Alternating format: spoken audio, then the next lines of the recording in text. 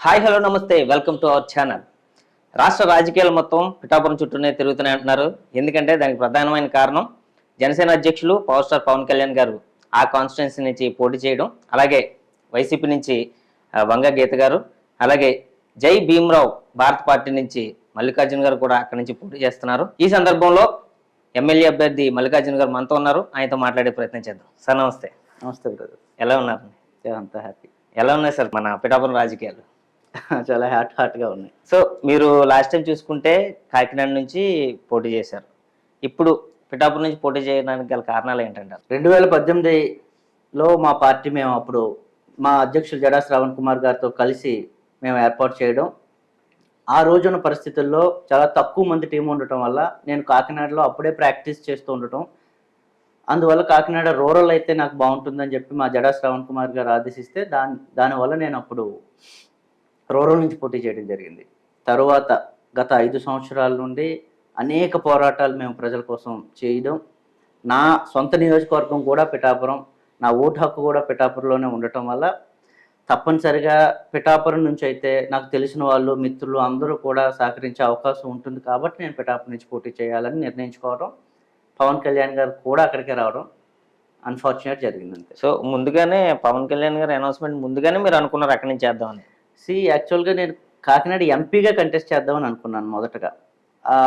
7 కాన్స్టిట్యున్సీల్లోనూ గత 5 సంవత్సరాలుగా నేను కొన్ని వందల పోరాటాలు చేయడం జరిగింది. దీనిపైన పొలిటికల్గా ఎంపీగా అయితే చాలా బాగుంటుంది, అందరూ కూడా ఆదరించే అవకాశం ఉంటుంది, చదువుకున్నాను కాబట్టి అదృష్టం మన కష్టం కూడా కలిసి వస్తే లోక్సభ కూడా వెళ్ళే అవకాశం ఉంటుంది, తద్వారా దేశ రాజకీయాలు చూడాలనే ఒక ఉద్దేశంతో నేను పార్లమెంట్ వెళ్ళాలని అనుకోవడం, పిఠాపురం నుండి వంగ గీతా విశ్వనాథ్ గారు ఇంత సీనియర్ అయిన ఆవిడ ఉండటం, పవన్ కళ్యాణ్ కూడా అక్కడికే రావటం, సో వీళ్ళందరికీ ధీటుగా మా పార్టీ తరఫున నేనైతే బాగుంటుందని మా అధ్యక్షుల వారు చెప్పడం, దాని కారణంగా నేను పిఠాపురం వెళ్ళడం జరిగింది. పవన్ కళ్యాణ్ గారు గతంలో చూసుకుంటే 2 చోట్ల ఓటమి చెందడం జరిగింది. తర్వాత ఆయన పిఠాపురాన్ని ఎన్నుకొని అక్కడికి రావడం జరిగింది. ఆయన రాకని మీరు ఎలా చూస్తారు? ఎవరు ఎక్కడైనా సరే పోటీ చేయొచ్చు, తప్పేం లేదు. ఒక పార్టీ అధ్యక్షుడిగా ఆయన పిఠాపురం రావటాన్ని నేను స్వాగతిస్తాను పర్సనల్గా. కానీ ప్రజలు ఎలా చూస్తారు? పిఠాపురం ఎప్పుడూ రాని పవన్ కళ్యాణ్ పిఠాపురం ఈ రోజు వచ్చాడు అంటే స్వార్థ రాజకీయాలు చేయడం కోసం అని ప్రజలైతే చూస్తారు. ఒక ఓటరుగా, ఒక పిఠాపురం వాసిగా నేను కూడా రాజకీయంగా చూడాలి అంటే అలాగే నేను కూడా చూడాల్సి వస్తుంది. 1972 నుండి 2024 ఇంత 50 సంవత్సరాల ఈ కాలంలో పిఠాపురంలో అందరూ కూడా కాపులు లేదా ఓసీలో ఉన్నారు. మొన్న 2014లో ఇండిపెండెంట్గా నెగ్గిన వర్మ గారు తప్ప అందరూ కూడా కాపులే పిఠాపురానికి ఎమ్మెల్యేలుగా పనిచేశారు. అంటే మరి మిగతా వాళ్ళు ఎవ్వరూ పిఠాపురంలో లేరని వీళ్ళు ఆలోచిస్తున్నారా? అదే రీతిలోనే పవన్ కళ్యాణ్ కూడా పిఠాపురం వచ్చాడు. 2019లో భీమవరంలో గాజువాకలో ఓడిపోయిన ఆయన ఈరోజు కాపులు ఎక్కువగా ఉన్నారని, 50 సంవత్సరాలుగా కాపులు మాత్రమే పిఠాపురాన్ని పరిపాలిస్తున్నారు కాబట్టి నేను కూడా వచ్చి అక్కడ ఉండాలి ఎమ్మెల్యేగా, అక్కడ కూడా పోటీ చేస్తే అవకాశం వస్తుందేమో అని పవన్ కళ్యాణ్ వచ్చాడని నేనైతే చూస్తా ఉన్నాను. సరే, ఆయన అయితే రీసెంట్గా పిఠాపురం వచ్చినప్పుడు కూడా చాలా వాగ్దానాలు అయితే చేశారు. సిల్క్ సిటీగా మన చేబ్రోలు చేస్తానని, స్మార్ట్ సిటీ పిఠాపురం చేస్తానని చాలా వాగ్దానాలు అయితే చేశారు. సో అవుతాయంటారు అవన్నీ? 2019లో మరి అదే గాజువాక్కి అదే భీమవరానికి కూడా ఇంతకు మించిన వాగ్దానాలు అన్నీ ఆయన ప్రామిస్ చేశాడు. గెలిచిన తర్వాత లేదా ఓడిన తర్వాత ఏ ఎమ్మెల్యే అభ్యర్థి అయినా ఎవరైనా సరే ప్రజాస్వామ్యంలో మనం ఉన్నాం కాబట్టి అక్కడికి వెళ్ళి ఆ కష్ట సుఖాలు తెలుసుకోవాల్సిన అవసరం అందరి మీద ఉంది.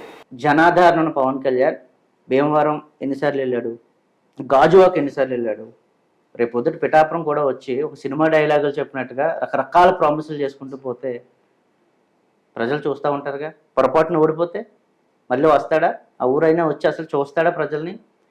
ఇక ముందు ఏమైనా చూశాడా? భీమవరంలో గాజువాకలో ఆయన ఏమైనా బెటర్గా ప్రజల కోసం కష్టపడి పనిచేసి ఉంటే పిఠాపురం ప్రజలు నమ్మేవారేమో. కాబట్టి ఆయన ఓడినా అక్కడ ఉండడు, గెలిచినా అసలు ఉండడు అని నేను భావిస్తూ ఉన్నాను. ఇప్పుడు చూసుకున్నట్టయితే పిఠాపురానికి చాలా ప్రాముఖ్యత వచ్చింది. అంటే చాలా మంది నా సన్నిహితులు కూడా ఒకప్పుడు హైదరాబాద్ లాంటి ప్రాంతానికి వెళ్ళినప్పుడు మీది ఏ ఊరు అంటే కాకినాడ అని చెప్పుకునే పరిస్థితి. ఈరోజు ఢిల్లీలో కూడా పిఠాపురం తెలుసు. సో ఇదంతా పవన్ కళ్యాణ్ వాళ్ళు కాదంటారా? ఇది కాదు. పిఠాపురం అనేది కొన్ని వందల సంవత్సరాల చరిత్ర కలిగిన ఒక మంచి ప్రదేశం. అవును.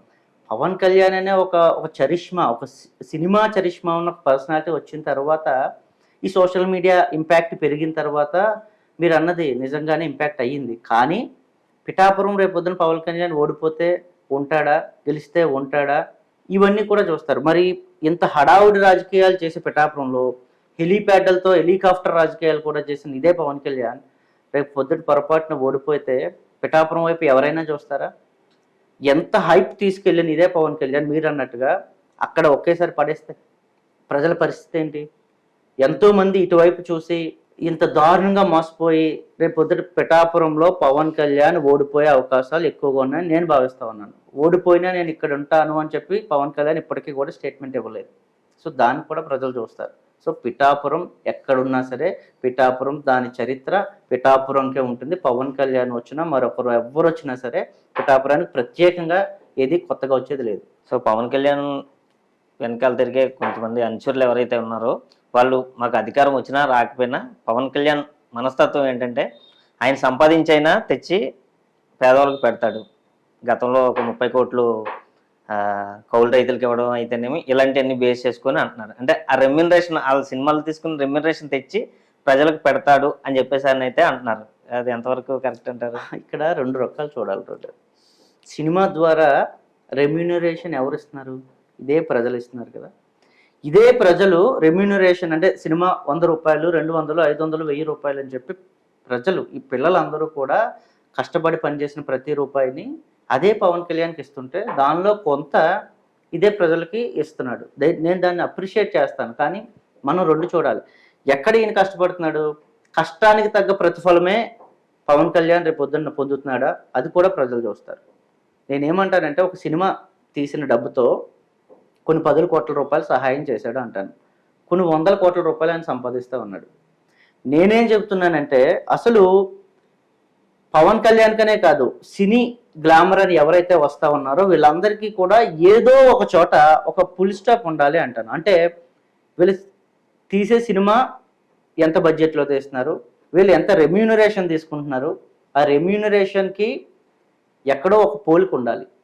ఒక రాష్ట్రంలో, ఒక దేశంలో ఒక ఉన్నత చదువులు చదువుకుని ఒక మంచి వ్యక్తికి వచ్చే శాలరీ ఎంత, ఆయనకి ఇన్కమ్ ఎంత, వీళ్ళొక సినిమా ద్వారా సంపాదించే ఇన్కమ్ ఎంత, వీళ్ళందరికంటే వీళ్ళు గొప్ప నేను వీళ్ళ తీసే ప్రొఫెషన్ని నేను తప్పుపట్టట్లేదు. కానీ ఇంత డబ్బు అడ్డంగానో ఇంత డబ్బు దారుణంగా సంపాదిస్తున్నారు కాబట్టే వీళ్ళందరూ సినిమాల్లోకి నుంచి రాజకీయాల్లోకి రావడం జరిగింది. వీళ్ళకి లక్షల రూపాయల్లోనూ పారితోషికం ఉండుంటే ఇంత లగ్జరీ లైఫ్ వీళ్ళు ఎంజాయ్ చేసేవారా? ఈ విధంగా హెలికాప్టర్లో తిరిగేవారా? ఈ విధంగా ప్రజలకు 100 కోట్లు 10 కోట్లు అని చెప్పి వీళ్ళు పంచడానికి సిద్ధంగా ఉండేవారా? ఇదంతా కూడా రాజకీయంలో భాగంగా ఒక స్కెచ్ అంటా నేనైతే. సమాజంలో, ప్రజాస్వామ్యంలో కష్టానికి తగ్గ ప్రతిఫలం ఉండాలి అని ప్రతి ఒక్కరూ కోరుకోవాలి. వీళ్ళు కష్టపడ్డదానికి కొన్ని 100,000 రెట్లు ఎక్కువ తీసుకుంటున్నారు కాబట్టి అది ప్రజలకు పంచుతున్నామన్న భ్రమలో ప్రజల దగ్గర నుంచి తీసుకున్నదే వాళ్ళకి ఇస్తా ఉన్నారని నేను అంటాను. కావాలని ప్రొడ్యూసర్స్ దగ్గర నుంచి కూడా ఆఫర్స్ వస్తున్నాయి కదా సార్. మరి అంటే వీళ్ళు తీసుకోవడం ఎంతైతే ఇది ఉందో ఇచ్చేవాళ్ళు ఉన్నప్పుడే కదా తీసుకుంటారు. ట్రూ. నేనేమంటానంటే అదే సినిమాకి సమ్ అమౌంట్తో సినిమా బడ్జెట్ తీస్తే అది చూసే ప్రేక్షకులకు, వీక్షకులకు కూడా చాలా తక్కువ బడ్జెట్లో టికెట్ని కానీ మరి అన్నీ కూడా ప్రొవైడ్ చేయాలంటాను. లగ్జరీగా 100 కోట్ల రూపాయలతో థియేటర్స్ కట్టి ఒక చిన్న స్నాక్స్ తినాలి అనుకుంటే ఒక సినిమా టికెట్ 200, 300, 400, 500 రూపాయలు ఉంటే స్నాక్స్ కూడా 500, 1000 రూపాయలు ఛార్జ్ చేసే చాలా థియేటర్స్ ఉన్నాయి. మనం ఎప్పుడు కూడా ఎంటర్టైన్మెంట్ని ఎంత తక్కువ బడ్జెట్లో ప్రజలకు అందించాలి అనేది అందరూ కూడా ఆలోచించాలి. 100 కోట్ల రూపాయలు వీళ్ళే రెమ్యూనరేషన్ తీసుకుంటే ఆ ప్రొడ్యూసర్ యొక్క పరిస్థితి ఏంటి?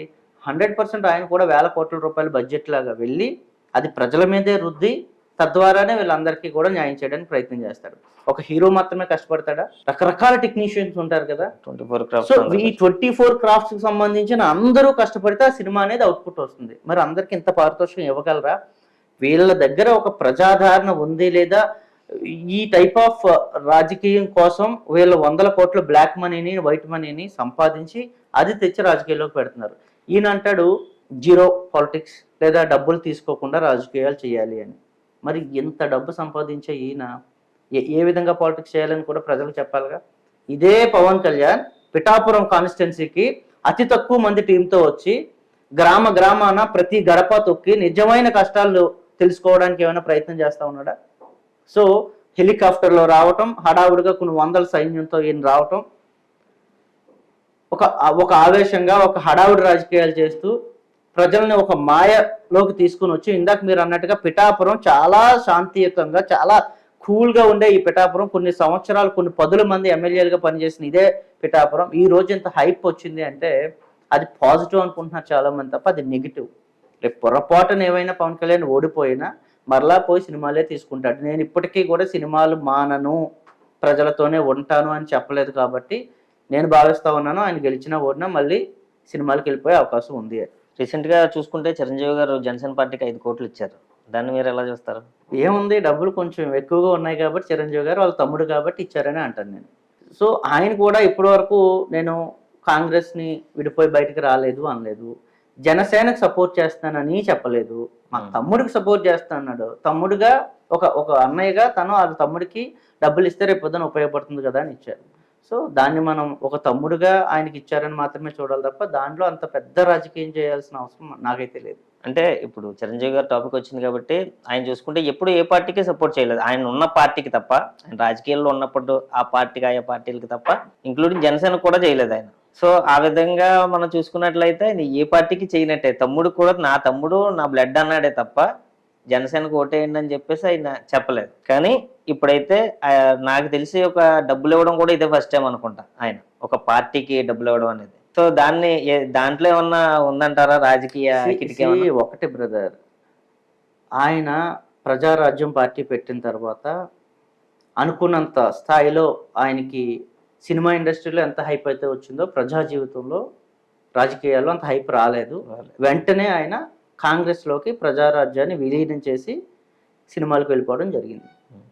ఆ పవన్ కళ్యాణ్ కూడా ప్రజారాజ్యంలోనే పనిచేశాడు. ఆయన ప్రజారాజ్యంలో 5 సంవత్సరాలు పనిచేసి బయటకు వచ్చి ప్రజారాజ్యం విలీనం అయిపోయిన తర్వాత జనసేన పార్టీ పెట్టడం జరిగింది.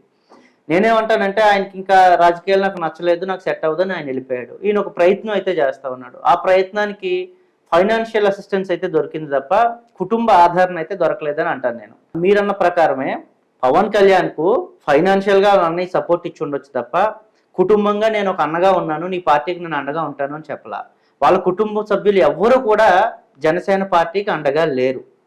నేను అదే అంటాను, రేపు పొద్దున ప్రజలు కూడా కుటుంబమే నమ్మకపోతే ప్రజలు ఏం నమ్ముతారు?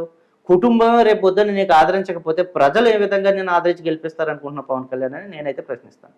సో అంతకుముందు చూసుకున్నట్లయితే చిరంజీవి గారికి పద్మభూషణ్ వచ్చిందండి. అంటే చిరంజీవి గారు టాపిక్ వచ్చింది కాబట్టి ఇదంతా మాట్లాడుతున్నాం. సో తర్వాత ఆయన రాజకీయాల్లోకి వచ్చారు.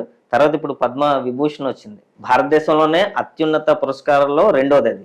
ఒక తెలుగు నటుడికి అది రావడం సంతోషిస్తారా? ఇందులో ఏమన్నా కూడా రాజకీయ కోణం ఉందంటారా? నిజంగా ఒక తెలుగు వ్యక్తిగా, ఒక తెలంగాణ వ్యక్తిగా, నేనైతే చిరంజీవి గారు ఇక్కడ లేరు కాబట్టి తెలంగాణ వ్యక్తిగా, తెలుగు వ్యక్తిగా, ఒక మంచి సినిమా నటుడిగా ఆయనకి పద్మ విభూషణ్ రావడాన్ని నేను కూడా గౌరవిస్తాను, వెల్కమ్ కూడా చేస్తాను. అదేవిధంగా ఇప్పుడు ఎందుకు వచ్చింది అనేది కూడా నేను చూస్తాను, ప్రజలు కూడా చూస్తారని నేను భావిస్తూ ఉన్నాను.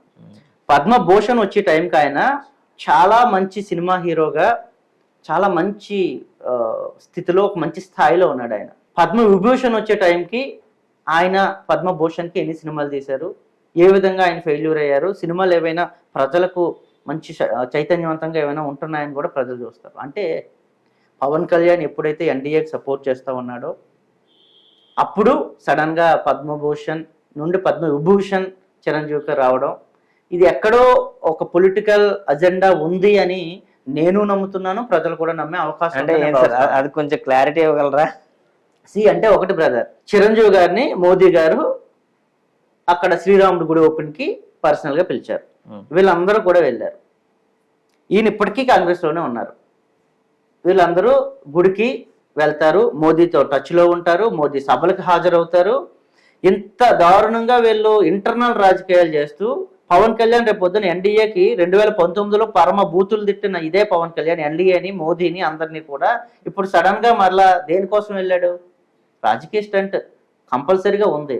దాంట్లోకి కుటుంబ సభ్యుడైన అన్నయ్యని కూడా, చిరంజీవిని కూడా పవన్ కళ్యాణ్ లాగి కంపల్సరీగా పద్మవిభూషణ్ తెచ్చుకోవడానికి ప్రయత్నం చేశాడని అయితే నేను భావిస్తా ఉన్నాను. పవన్ కళ్యాణ్ గారిని చిరంజీవి గారిని కాసేపు పక్కన పెడితే మనం ఇంకొక మీకు పోటీదారులని చెప్పాలో ఏంటో నాకు అర్థం కావట్లేదు. వంగ గీత గారి గురించి ఏమంటారు? వంగా గీత గారు ఒక సీనియర్ రాజకీయ నాయకురాలు. తను ఒక సీనియర్ అడ్వకేట్ కూడా. నేను ఒక అడ్వకేట్గా ఉన్నాను, మా సీనియర్ అడ్వకేట్ కూడా తను. కానీ రాజకీయాల్లోకి వచ్చిన తర్వాత సుమారు ఆవిడ స్టూడెంట్ లైఫ్ నుండి 40 సంవత్సరాల రాజకీయ నాయకురాలుగా స్టిల్ డేట్ ఉన్నారు. ఆవిడ ఒక జిల్లా పరిషత్ చైర్పర్సన్గా, ఒక రాజ్యసభ ఎంపీగా, ఒక పిఠాపురం ఎమ్మెల్యేగా, మరలా ఇప్పుడు కాకినాడ జిల్లా ఎంపీగా కూడా ఉన్నారు. ఇన్ని సంవత్సరాలు సర్వీస్ ఉన్న ఆవిడ ఈ జిల్లాకు కానీ ఈ నియోజకవర్గానికి కానీ ఏవైనా చేశారా? ప్రజలు చూస్తారు తప్పకుండా. నేనేమంటానంటే, అమ్మ మీరు మన పిఠాపురం నియోజకవర్గంలో ఎమ్మెల్యేగా పోటీలో ఉన్నప్పుడు గెలిచిన తర్వాత పిఠాపురానికి ఏవైనా మంచి చేశారా? ఆ మంచి చేస్తే చెప్పడానికి ప్రయత్నం చేయండి.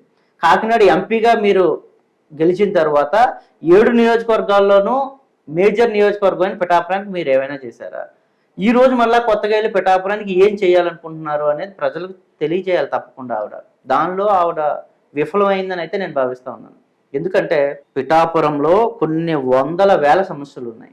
ఇంత సీనియర్ నాయకురాలైన ఈవిడ పిఠాపురాన్ని నిజంగా ఒక మంచి స్థాయిలో నిలబెట్టాలి అంటే తప్పనిసరిగా ఆవిడ కేంద్రంతో వాళ్ళకి ఇంటర్నల్గా కూడా సపోర్ట్ ఉంది కాబట్టి బాగా చూసింది. కానీ ఆవిడకి పిఠాపురం ప్రజల మీద కానీ పిఠాపురం నియోజకవర్గం మీద కానీ ఏ మాత్రం ప్రేమ లేదని నేనైతే భావిస్తున్నాను. ఎందుకంటే పిఠాపురంలో వరదలు వచ్చాయి.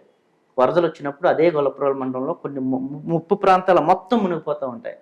ఆవిడ ఇప్పటికొచ్చి 40 సంవత్సరాల్లో ఏదైనా ఆపడానికి ఏమైనా ప్రయత్నం చేశారా? తాడిపర్తిలో ఉన్న కొండకాలువ అది వర్షం వచ్చి మొత్తం గొల్లపురంకు సంబంధించిన అన్ని గ్రామాల్లో కూడా మునిగిపోయే అవకాశం ఉంది. దాన్ని ఏమైనా ఆధునీకరించారా? ఏలేరుకు సంబంధించిన ఒక మంచి ప్రాజెక్టు, చాలా టీఎంసీల వాటర్ మనకి వచ్చే అవకాశం ఉంది. ఆ ఏలేరు ప్రాజెక్ట్ కానీ కంప్లీట్ అయ్యి ఉంటే కొన్ని 10 మండలాలు మన అందరికీ వాటర్ ఫెసిలిటీస్ అన్నీ కూడా వచ్చే అవకాశం ఉంది. దాన్ని ఏమైనా మీరు సరైన రీతిలో పనిచేశారా? విద్య, వైద్యం కావచ్చు, పిఠాపురంలో ఉన్న రోడ్లు కావచ్చు, పిఠాపురం కాన్స్టిట్యున్సీలోని ఏ రోడ్డుకైనా మీరు వెళ్ళండి, సరైన రోడ్లు ఇప్పటికే ఏమైనా ఉన్నాయా? ఇప్పుడు ఎంపీగా ఇప్పుడైతే ఉన్నారుగా, మీరు ఒక చంద్రుర్తి, ఒక గొల్లపురంలో, తాడిపత్రి రోడ్లు వెళ్ళి చూడండి ఎంత హీన స్థితిలో ఉన్నాయో. ఒక చంద్రుర్తి వెళ్ళాలంటే ఎక్కడో తాడిపత్రి మీద నుండి కత్తిపూడి మీద నుంచి వెళ్ళాల్సిన దయనీయ స్థితిలో ఉన్న ఆ ప్రజలు రేపు పొద్దున్న అదే వంగ గీతకి ఏ విధంగా ఓట్లు వేస్తారని మనం అనుకోవాలి. సో తప్పకుండా వంగ గీతా విశ్వనాథ్ గారు కూడా 40 సంవత్సరాల సీనియర్. అమ్మ మీరు సీనియర్ అయిపోయారు, ప్రశాంతంగా ఇంట్లో కూర్చోండి, యువతకు అవకాశం ఇవ్వండి అని చెప్పి నేనైతే తప్పకుండా ఆమెను ప్రశ్నిస్తాను. ఒక ఎమ్మెల్యే అయితే కనుక ఒక కాన్స్టిట్యున్సీ చూసుకుంటే సరిపోద్ది. ఒక ఎంపీగా ఉన్న 7 చూసుకోవాలి. సో గీత గారిని ఎంపీగా కాసేపు పక్కన పెడితే గతంలో ప్రజారాజ్యం పార్టీ తరఫు నుంచి ఎమ్మెల్యేగా పిఠాపురంలో పోటీ చేశారు, గెలుపొందారు. సో అప్పుడు కూడా ఏం చేయలేదంటారా? ఆవిడ ఛాలెంజ్ చేశానని చెప్తున్నారు. అయితే మరి ఇప్పట్లో స్కూల్లో అయితే కానివ్వండి, ఇంకా చాలా అభివృద్ధి కార్యక్రమాలు నేను చేశానని, మళ్ళీ నేనే ఎమ్మెల్యే అవుతాను అక్కడ అని చెప్తున్నారు. మీ దృష్టిలో ఎలా అనిపిస్తుంది? మనం ఎప్పుడు కూడా డెవలప్మెంట్ అనేది ఒక కంటిన్యూస్ ప్రాసెస్గా చూడాలి మనం. ఇది ఇలా డే బై డే ఇంప్రూవ్ అవుతుంది కాబట్టే పిఠాపురం నియోజకవర్గం కాదు, జిల్లా, రాష్ట్రం అంతా కూడా అలా మనకు వెళ్తూ ఉంది. పిఠాపురానికి ఇవి కొత్తగా ఏవైనా చేసేసి ఉంటే మీరు లాస్ట్ టైం ప్రచారంలో కూడా చూడండి, హీనంగా దీనంగా ఉన్న పిఠాపురాన్ని నేను అభివృద్ధి చేస్తా అన్నారు. అమ్మ మీరు అంత దరిద్రంగా దీనంగా ఉండిపోవటానికి మీరు కూడా ఒక కారకురాలే కదా అంటాను నేనైతే. కొత్తగా పిఠాపురం స్కూల్స్కి లేకపోతే ఉప్పాడ మండలంలో లేకపోతే ఉప్పాడ గ్రామంలో స్కూల్స్ ఈవిడ తెచ్చేసేదే ఉంది. ప్రజలు పెరిగే కొద్దీ, వాళ్ళ జీవనశైలి పెరిగే కొద్దీ అన్ని రకాల స్కూల్స్ కూడా ఉంటాయి.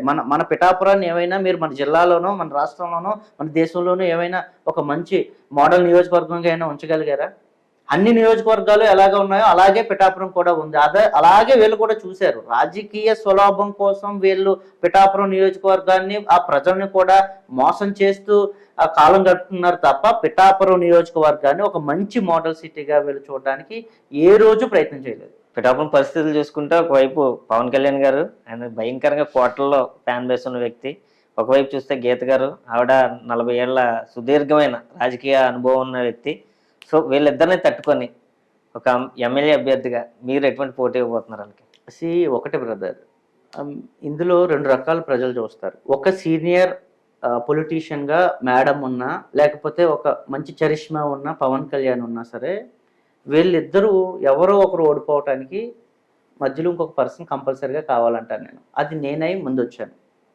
ఈ ఎన్నికలకు వీళ్ళిద్దరిలో ఎవరో ఒకరు నా చేతిలో అయితే ఓడిపోతారు. ఎప్పుడు కూడా మనం రాజకీయాల్లోకే కావచ్చు లేదా నిజ జీవితంలో కూడా ఓడించు గెలువు అనే ఒక మంచి ఫార్ములా ఉంది. నేను 2019లో కాకినాడ రూరల్ నుంచి పోటీ చేసి ఓడిపోయాను. 2024లో నా స్థాయి నాకు తెలుసు, నేను ఎంత కష్టపడుతున్నాను, ఎంత ప్రజాదరణ ఉంది అనేది నాకు తెలుసు. నేను ఓడించడానికి సరిపోతాను. 2024 అయిపోయిన తర్వాత వీళ్ళిద్దరిలో ఇంత ప్రజాదరణ ఉన్న ఇదే పవన్ కళ్యాణ్ కావచ్చు, ఇంత సీనియర్ అయిన ఈయనే కావచ్చు, ఎవరో ఒకరు నా చేతిలో ఓడిపోయిన తర్వాత 2029లో గెలవటానికి నేను ప్రయత్నం చేస్తాను. సో వీళ్ళిద్దరూ కూడా ఎవరో ఒకరు, ఒక ఓటు చాలు ఓడిపోవటానికి. సో ఆ ఒక ఓటు నా ఓటే అవుతుందా, నాకు వచ్చే కొన్ని వందల వేల ఓట్లు అవుతాయా అనేది కాలం నిర్ణయిస్తుంది. అంటే ఏంటి సార్ మీ ఉద్దేశం ఏంటంటే గెలుపు కంటే ఓట్లు చేల్చడమే ప్రధాన లక్ష్యం అంటున్నారా? కాదు, మీరు పవన్ కళ్యాణ్ లాస్ట్ టైం ఒక స్టేట్మెంట్ ఇచ్చాడు, మీరు అబ్జర్వ్ చేసే ఉంటారు, నేను ఓట్లు చేయలేనివ్వను అని. చేయలేమన్నారా?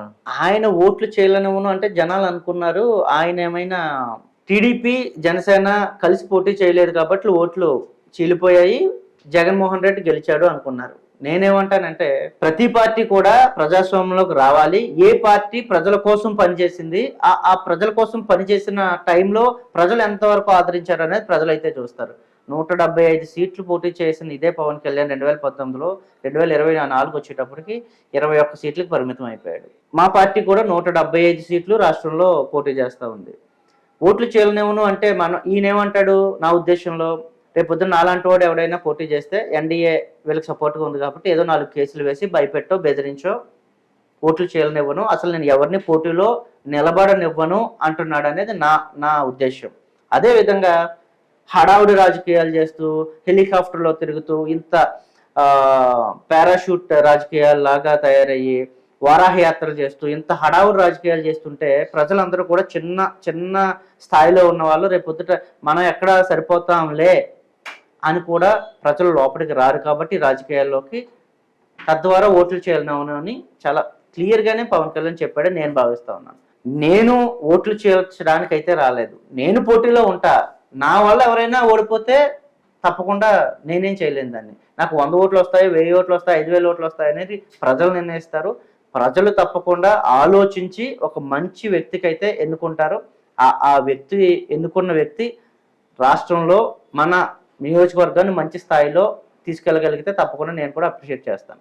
సో పిఠాపురం ప్రజలు ఒక మార్పు కోరుకొని మల్లికార్జున గారిని ఎమ్మెల్యే చేసేస్తే మీరు పిఠాపురం నియోజకవర్గానికి కానీ అక్కడ ఉన్న రైతులకు కానీ కార్మిక కర్షకులకు కానీ మీరు ఎటువంటి అభివృద్ధి చేస్తారు? నేను అదే పిఠాపురం నియోజకవర్గంలో 1987లో పుట్టాను.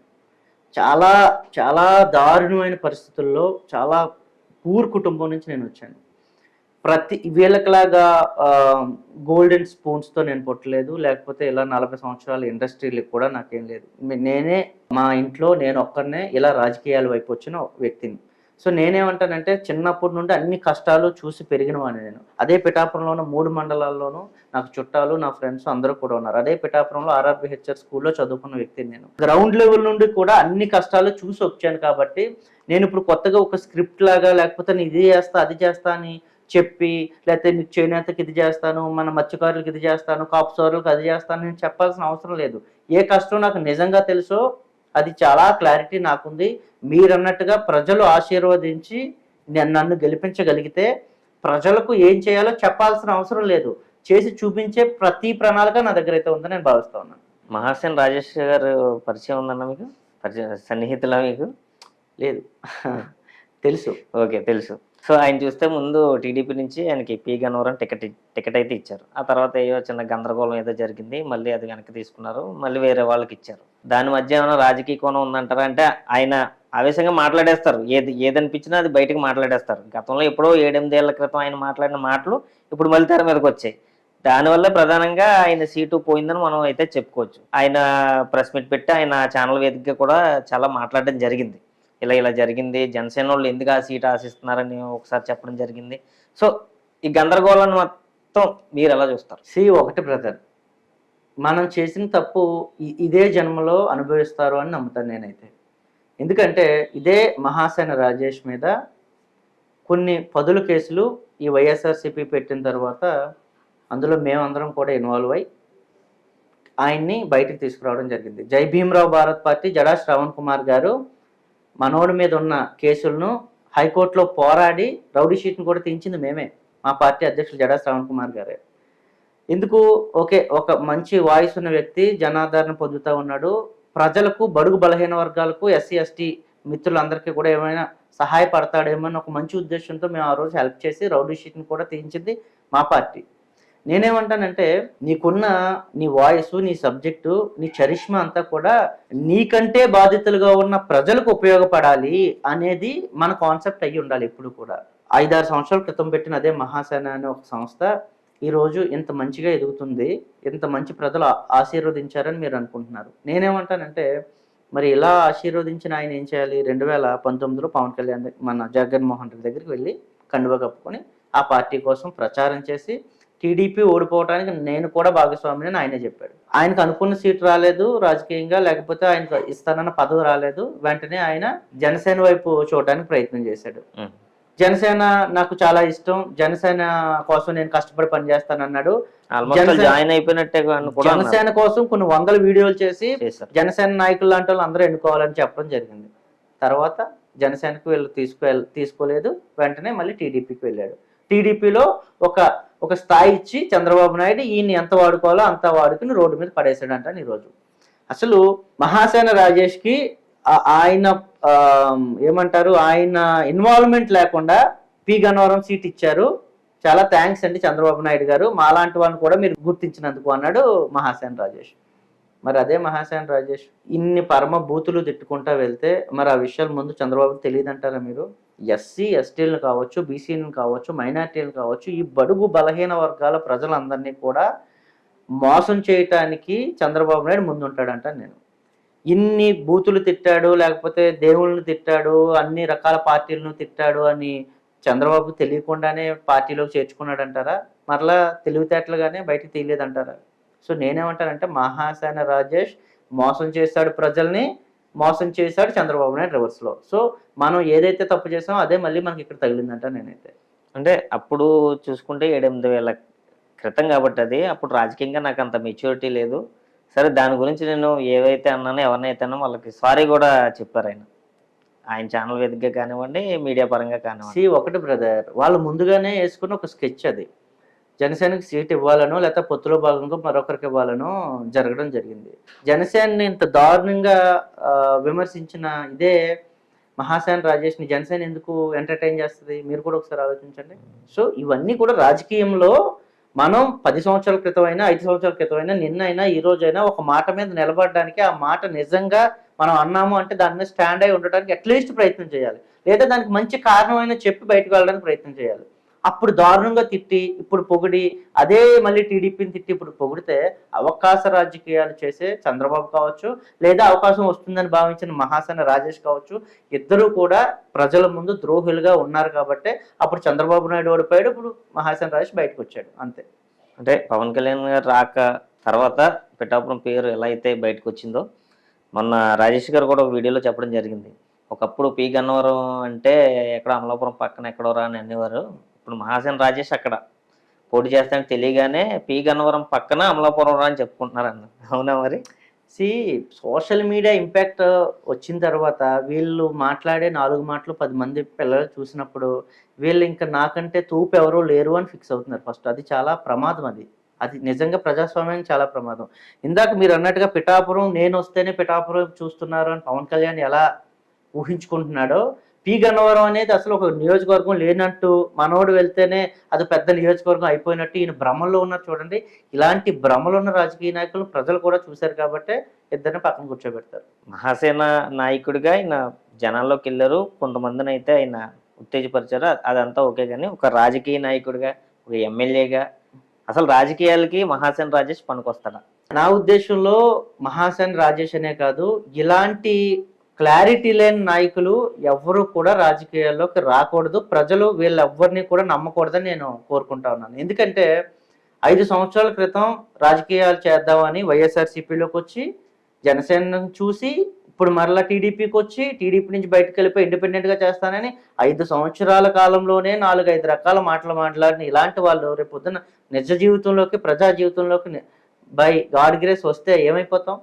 ప్రజాస్వామ్యం సర్వనాశనం అయిపోద్ది. 5 సంవత్సరాలు కూడా ఓపిక పట్టకుండా వీళ్ళు ఒక పార్టీని లేకపోతే ఒక సంఘాన్ని నమ్ముకుని ఉండకుండా ఇంత దారుణంగా వీళ్ళు మాట్లాడుతున్నారు అంటే ఇది ప్రజాస్వామ్యానికి ఒక తీరని మచ్చగా అయితే నేను భావిస్తూ ఉన్నాను.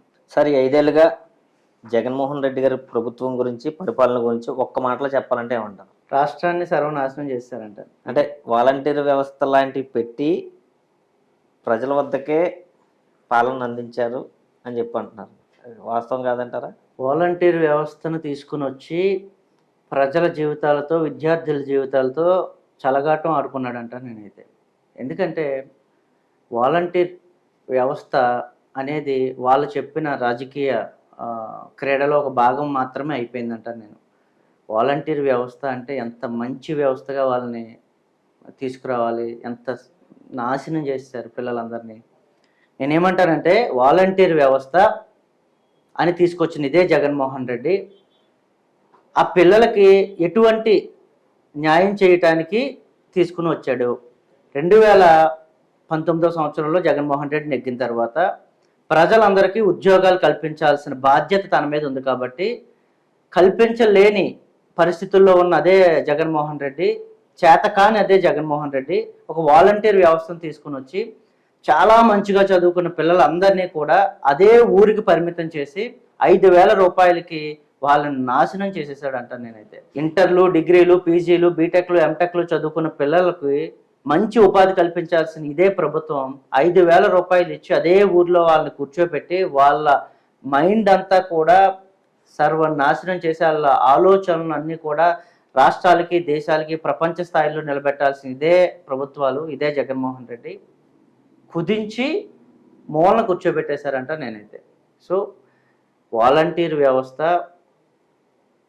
చాలా మంచి చేస్తుందని భావిస్తే మనం వాళ్ళను ఏదో ఒక పేపర్లు ఫిల్ చేయడానికి లేదా ఒక పాంప్లెట్లు పంచిపెట్టడానికి వాళ్ళ రాజకీయ లబ్ధి కోసం, వాళ్ళ వైఎస్ఆర్సీపీని ప్రమోట్ చేయడం కోసం ఎవరో ఫంక్షనర్స్కి వాళ్ళకి మాత్రమే ఉపయోగించి మంచి స్కిల్ ఉన్న పర్సన్స్ను సరిగ్గా వాడుకోకుండా పిల్లల జీవితాలతో చెలగాటం ఆడాడు ఈ జగన్మోహన్ రెడ్డి.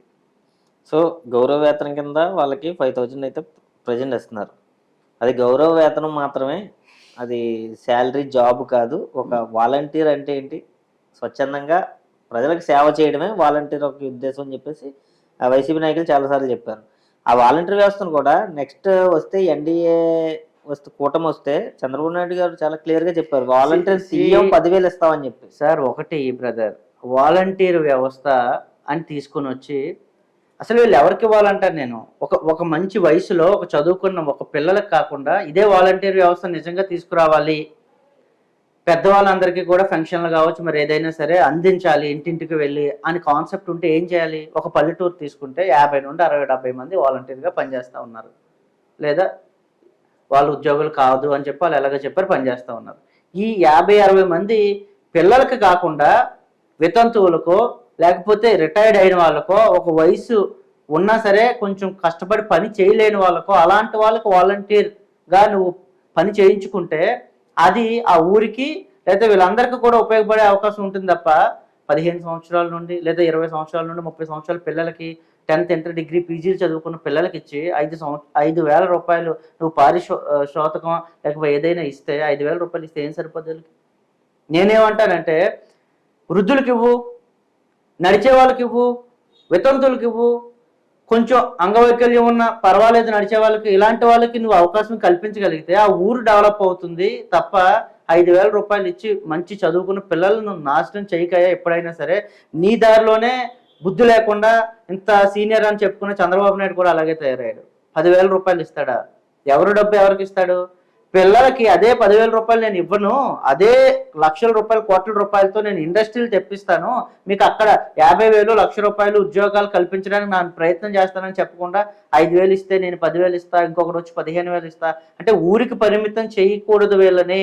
వీళ్ళకు జిల్లాలకు, రాష్ట్రానికి, దేశానికి వీళ్ళ ఆలోచనలను, వీళ్ళ సామర్థ్యాన్ని తీసుకెళ్లాల్సిన ఇదే చంద్రబాబు లేదా ఇదే జగన్మోహన్ రెడ్డి వీళ్ళని ఊరికి పరిమితం చేసేస్తాను అంటే రాజకీయానికి వాడుకుంటాను అని చెప్తున్నారు వాళ్ళు. సో ఎవరు చేసినా 5,000 ఇస్తాను 10,000 ఇస్తానన్నా అది తప్పే. సో నాడు నేడు పేరుతో స్కూళ్ళ పునరుద్ధరణ తెలిసే ఉంటుంది మీకు, ఏమైనా జరిగిందంటారా? అంటే కొత్త విద్యా విధానం కానివ్వండి, స్కూల్ పిల్లలకి అన్నీ ఫ్రీగా బుక్స్ కానీ, బ్యాగులు కానీ, షూస్ కానీ, బట్టలు కానీ ఇలాంటివన్నీ మంచిగా చేసాం. అప్పటి నుంచి పోల్చుకుని చూసుకున్నట్లయితే ఇప్పుడు విద్యార్థులకు చాలా బాగా సదుపాయాలన్నీ ఒకటే బ్రదర్, 75 సంవత్సరాల మన ఇండిపెండెన్స్ వచ్చిన తర్వాత ఇప్పటికీ కూడా స్కూల్ పిల్లలకి బ్యాగ్ ఇచ్చాను, షూ ఇచ్చాను, చెప్పులు ఇచ్చాను, ఇది ఇది నాన్ సెన్స్ కనిపించట్లేదు వినడానికి కూడా. నేనేమంటానంటే ఇదే గవర్నమెంట్ స్కూల్లో చదివిన పిల్లలు లేదా గవర్నమెంట్ స్కూల్లో వాళ్ళు ఎంతమంది మంచి మంచి చదువుల నిమిత్తం ఉన్నత స్థితికి వెళ్తున్నారో ఒకసారి మనం ఆలోచించుకోవాలి. ఈ రేషియోని అయితే చూడాలిగా. గవర్నమెంట్ ఉద్యోగం చేస్తాడు వీడు, లేకపోతే గవర్నమెంట్లో వీళ్ళు ఉంటారు, అదే పిల్లల్ని వాళ్ళ పిల్లల్ని గవర్నమెంట్ స్కూల్లో జాయిన్ చేస్తున్నారా? ఒకసారి మనం ఇవన్నీ కూడా ఆలోచించుకోవాలి. ఈ వ్యవస్థని వీళ్ళందరూ సర్వనాశనం చేసి 4 మోడల్ స్కూల్ తీసుకుని వచ్చాను, 4 మంచి స్కూల్స్కి పెయింట్లు వేయించి నేను చాలా మెయింటైన్ చేస్తాను అని సోషల్ మీడియా ద్వారా, ఈ మీడియా ద్వారా హైప్ క్రియేట్ చేసుకుని ఎక్కడో ఒక బెండపూడి స్కూల్ చూసాం. ఒక ఇంగ్లీష్లో మాత్రమే ఆ పిల్లల్ని కొంచెం మందిని ప్రిపేర్ చేయించి, ఒక స్లాంగ్ బాగా మెయింటైన్ చేయించి, ఈ విధంగా మేము రాష్ట్ర వ్యాప్తంగా మొత్తం అన్ని స్కూల్ని ఉద్ధరించేటట్టు అన్నట్టుగా చెప్తే, ఆ పిల్లలు మనం చూసాం అనేక రకాల వీడియోలు. నేను డైరెక్ట్గా కూడా వెళ్ళడం జరిగింది. ఆ ఇంగ్లీష్లో ఆ 4 ముక్కలు నేర్పించిన తప్ప మిగతాది ఏమీ రాదు ఆ పిల్లలకి. నేను ఏ విధంగా ఎందుకు అంటున్నాను అంటే, ఒక భ్రమలో వాళ్ళకి కావాల్సినట్టుగా 4 పిల్లలతోటి, 4 పెద్దవాళ్ళతో, 4 టీచర్లతోటి 4 స్కూల్కి రంగులు వేయించి విద్యా వ్యవస్థను కూడా నాశనం చేశారు. ఇదే జగన్మోహన్ రెడ్డి వాళ్ళ పిల్లలు ఇండియాలోనే ఇదే రాష్ట్రంలోనే పిల్లలు చదువుకోవచ్చుగా, విదేశాలు వెళ్ళి ఎందుకు చదువుతా ఉన్నారు? ఇక్కడ మాత్రం ఇదే ప్రజల ఓట్లు కావాలి, వీళ్ళ ప్రభుత్వాన్ని పాలించాలి, ప్రభుత్వం ద్వారా శాలరీస్ తీసుకోవాలి, ఇన్కమ్ ఇక్కడే సంపాదించుకోవాలి, వీళ్ళ పిల్లలు వీళ్ళ జీవితాలు మాత్రం వేరే దేశాల్లో ఉండాలి. అదే పిల్లల్ని ఇక్కడ చదివిస్తే అప్పుడు నిజంగా స్కూల్ వ్యవస్థ బాగుపడే అవకాశం ఉంది. అదే కలెక్టర్లు, అదే ఎంప్లాయీస్, అదే మినిస్టర్లు, అదే ఎమ్మెల్యేలు, అదే గవర్నమెంట్ వ్యవస్థలో పనిచేసే ప్రతి ఒక్కడు వాళ్ళ పిల్లలందరూ కూడా ఇక్కడే చదివితే నిజంగా వ్యవస్థ బాగుపడే అవకాశం ఉంది. మీరు చూడండి 90%, 95% ఈ పిల్లలు అందరూ వేరే వేరే గవర్నమెంట్ స్కూల్ కాకుండా ప్రైవేట్ స్కూల్లో చదువుతారు. కానీ ఇక్కడ మాత్రం వ్యవస్థ బాగుపడాలంటారు. ఏ విధంగా? ఈ రెండు కూడా ప్రజలకు చెప్పడానికి, కబుర్లు చెప్పడానికి మాత్రమే వాడుతున్నారు తప్ప నిజానికి వీళ్ళు చేసింది శూన్యం. సో మీ పార్టీ విషయానికి వస్తే జడా శ్రవణ్ కుమార్ గారు అనే వ్యక్తి ఈ మధ్య ఇవాళ రేపు అందరికీ తెలుస్తున్నారు. ఎందుకంటే మంచి స్పోక్స్ పర్సన్ అయినా, రాష్ట్రం మీద కానీ దేశం మీద కానీ మంచి అవగాహన ఉన్న వ్యక్తి. ఆయన కూడా అడ్వకేట్ అనుకుంటా కదా. సో ఆయన పర్సనల్గా ఎలాంటి వ్యక్తి అండి? ఒకటి సార్, ఆయన ముందుగా న్యాయమూర్తి, మాజీ న్యాయమూర్తి. ఆయన న్యాయమూర్తి, ఓకే. సో ఆయన చిన్ననాటి నుండి ఆయన పెరిగిన ఎన్విరాన్మెంట్ కూడా చాలా దారుణమైన పరిస్థితుల నుంచి ఆయన కష్టపడి చదివి పైకి వచ్చారు. 27 సంవత్సరాలకే ఆయన ఒక జడ్జిగా పోస్ట్ సంపాదించడం జరిగింది. బట్ ఈ పెరిగిన ఎన్విరాన్మెంట్లో ఈయన పడ్డ పరిస్థితులు, ఎవరైతే ఈ బడుగు బలహీన వర్గాల ప్రజలను ఇంత దారుణంగా చేస్తూ ఉన్నారో వీళ్ళందరినీ ఏదో ఒక రోజు ఒక స్థాయిలో కూర్చోబెట్టాలి, బడుగు బలహీన వర్గాల ప్రజలందరికీ కూడా న్యాయం చేయాలనే ఉద్దేశంతో కష్టపడి చదువుకుని పెరిగి ఒక ఉద్యోగాన్ని సంపాదించాడు. మనం అందరం ఏమనుకుంటాం, ఒక ఉద్యోగం వచ్చింది, ఒక జడ్జిగా పోస్ట్ వచ్చింది, ఒక దేశంలోనే ఒక మంచి పోస్ట్ ఏదైనా ఉంది అంటే అది ఒక జడ్జి పదవి, దాన్ని దేవుడిలాగా మనం అందరం భావిస్తాం. అలాంటి పోస్ట్ వచ్చిన ఆయన సాటిస్ఫై కాకుండా కష్టపడి 10 సంవత్సరాలు ఆయన ఇదే న్యాయమూర్తి పదవిని చేసి ప్రజలకు ఏదైనా ఒక మంచి పని చేయాలనే ఉద్దేశంతో ఆ పదవి కూడా రాజీనామా చేసి రాజకీయాల్లోకి రావడం జరిగింది. సో వచ్చిన నాటి నుండి నేటి వరకు కూడా కొన్ని వందల వేల పోరాటాలు ప్రజల కోసం ఇటు ప్రజాక్షేత్రంలోనూ ఇటు హైకోర్టులో కూడా చేస్తూ కొన్ని వందల పాలసీ డెసిషన్స్ని మేము ఆపగలిగాం. గవర్నమెంట్ పనికి మాలిన డెసిషన్స్ ఏవైతే తీసుకుందో అన్నిటి మీద పోరాడి ప్రజాక్షేత్రంలో కోర్టుల్లో కూడా మేము పోరాటం జరిగింది. సో ఆ జడా శ్రవణ్ కుమార్ అనే ఒక పర్సనాలిటీ చాలా తెలివైన, చాలా మంచి చదువుకున్న, ఉన్నత విలువలు కలిగిన వ్యక్తి. క్యాస్ట్ని చూడు, ఆయన ఒక ఎస్సీ కమ్యూనిటీకి చెందిన వ్యక్తి. ఎస్సీ మాత్రమే కాదు, బీసీలైనా, ఓసీలైనా, బ్రాహ్మణైనా, వైశ్య అయినా ఎవరైనా సరే ఒకేలా చూసి మనం అందరం మనుషులము, మనం ప్రజలము, అందరం కలిసే ఇక్కడ పుట్టాం, కలిసే ఇక్కడే ఉండాలి అని ఉన్న మంచి ఆలోచనలు కలిగిన వ్యక్తి మా అధ్యక్షులు జడా శ్రవణ్ కుమార్ గారు. ఆయనతో మేము కూడా చాలా సంతోషంగా, చాలా హ్యాపీగా గత 6 సంవత్సరాల నుంచి ప్రయాణం చేయడం జరుగుతుంది. మీ జేబీపీ పార్టీ ఏదైతే ఉందో దాని విధి విధానాలు ఎలా ఉంటాయండి? అంటే మీరు ఒకవేళ మీ పార్టీ అధికారంలోకి రాకపోయినా కొంతమంది ఎమ్మెల్యేలు వచ్చినా ఎలా ఉంటుంది అసలు ఆ పార్టీ పనితీరు ఎలా ఉంటుంది? ఒకటి బ్రదర్, మేము పార్టీ స్థాపించిన నాటి నుండి కూడా ప్రజలకు మా వంతు ఏం మంచి చేయగలమనే ఉద్దేశంతోనే రావడం జరిగింది. ఈ ఈ ఈ- ఈ ప్రాసెస్లో ఎమ్మెల్యేలుగా మేము పార్టిసిపేట్ చేసాం 2019లో. కొంచెం తక్కువ మంది టీం ఉన్నాం కాబట్టి. ఇప్పుడు 2024 వచ్చేటప్పటికి అన్ని కాన్స్టిట్యున్సీల్లోనే ఎంపీ ఎమ్మెల్యే అభ్యర్థులు మేము పెడతా ఉన్నాం. నేనేమంటానంటే, జై భీమరావు భారత్ పార్టీ స్థాపించిన రోజు నుండి ఈ రోజు వరకు ప్రజల కోసమే మేము పనిచేస్తాం. మా స్వలాభం కోసమే ఏ పార్టీ దగ్గరికి వెళ్ళలేదు, ఏ పార్టీ జెండా పట్టుకుని తిరగలేదు, ఎవరు కండువాను మేము మెల్ల వేసుకోవాలి. మా పార్టీతో మాత్రమే కలిసి వచ్చే ప్రతి సంఘంతో, ప్రతి మిత్రుడితోటి, అందరితో కూడా మేము కలిసి పనిచేయడం జరిగింది. జై భీమరావు భారత్ పార్టీ ఏదో ఒక రోజు అయితే రాష్ట్రంలో ఒక మంచి స్థాయిలో అయితే ఉంటుందని నేను భావిస్తూ ఉన్నాను. బట్ మాకు ఈరోజు ఏదో ఒక పార్టీతో పొత్తు పెట్టుకోవాలనో లేకపోతే మెర్జ్ అయిపోవాలనో అసలు చాలా ఆఫర్స్ వచ్చాయి. మాకు అనవసరం అనిపించింది. ఎందుకంటే ఆయన ఒక జడ్జి పదవి రాజీనామా చేసి వచ్చింది ప్రజల కష్టాల కోసం. ఇదే ప్రజలను సర్వనాశనం చేస్తున్న ఇలాంటి రాజకీయ పార్టీలతో మేమైతే పొత్తు పెట్టుకోవాల్సిన అవసరం అయితే ఇప్పటికైతే మాకు లేదని నేను భావిస్తూ ఉన్నాను. మాలాంటి ఆలోచనలు నిజంగా ఉండి ప్రజల కోసం పోరాటానికి వచ్చిన ప్రతి ఒక్కరిని కలుపుకుని వెళ్ళడానికి అయితే మేము ప్రయత్నం చేస్తాం. జై భీమరావు భారత్ పార్టీ జడా శ్రవణ్ కుమార్ గారి అధ్యక్షతన 2024లో చాలా తీవ్రమైన పోటీ ఇవ్వడానికి సిద్ధంగా ఉంది.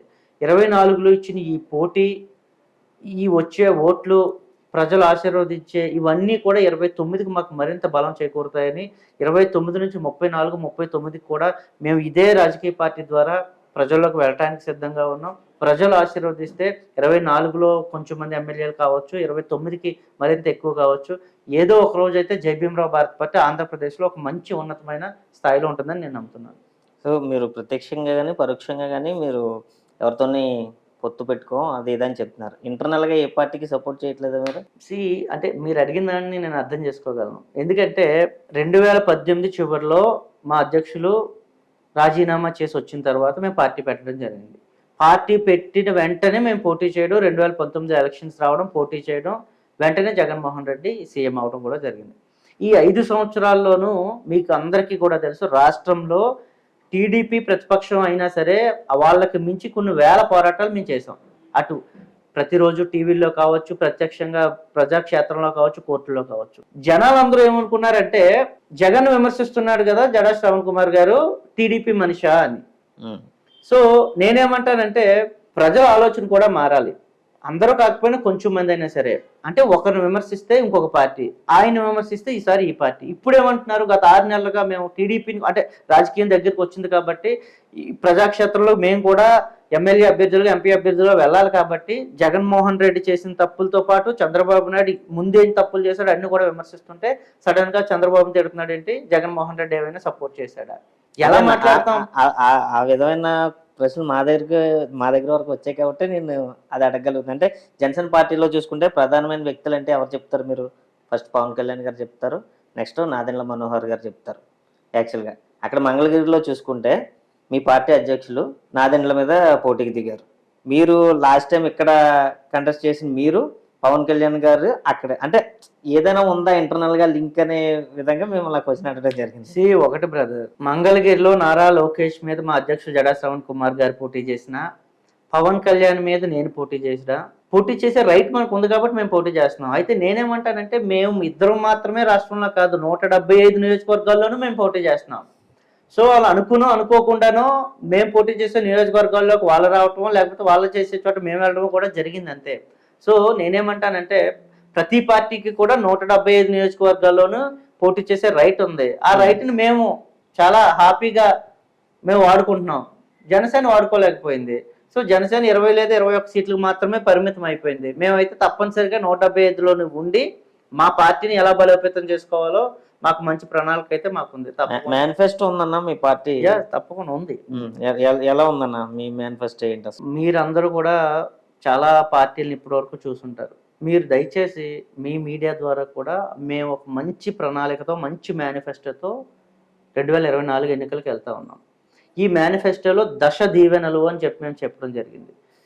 మిగతా వాళ్ళలాగా రకరకాల సొల్లు చెప్పి లేదా వారు మేనిఫెస్టోలతో వస్తున్నాం, పవన్ కళ్యాణ్ ఇంకో పద్ధతితో వస్తున్నాడు, వీళ్ళందరూ కలిపి ఉమ్మడి మేనిఫెస్టోలు ఇవన్నీ బూటకమైన ఎన్నో సార్లు వీళ్ళ మేనిఫెస్టోలు చూసి ఎవరో పట్టించుకోలేదు. వాళ్ళు కూడా దానిలో సరిగ్గా చేయడం లేదు. మేమైతే కుల మతాలకు అతీతంగా దశ దీవెనలు అని ఒక మంచి మేనిఫెస్టోతో వస్తున్నాం. ఈ ఈ మేనిఫెస్టో ప్రజల మేనిఫెస్టో ఇది. రాజ్యాంగమే మేనిఫెస్టోగా ఉండాలి అని చదువుకున్న వ్యక్తులుగా, ఒక అడ్వకేట్స్గా, బడుగు బలహీన వర్గాలకు చెందిన వ్యక్తులుగా మేము పడ్డ కష్టాలన్నీ కూడా ప్రజలు పడకూడదు అని దానిలో ఏమైతే నిజంగా ప్రజలు కోల్పోయారో అవన్నీ కూడా మా మేనిఫెస్టోలో మేము వివరించడం జరిగింది. ఈ దశ దీవెనలు మేనిఫెస్టోతో మేము ప్రజల దగ్గరకు వస్తున్నాం.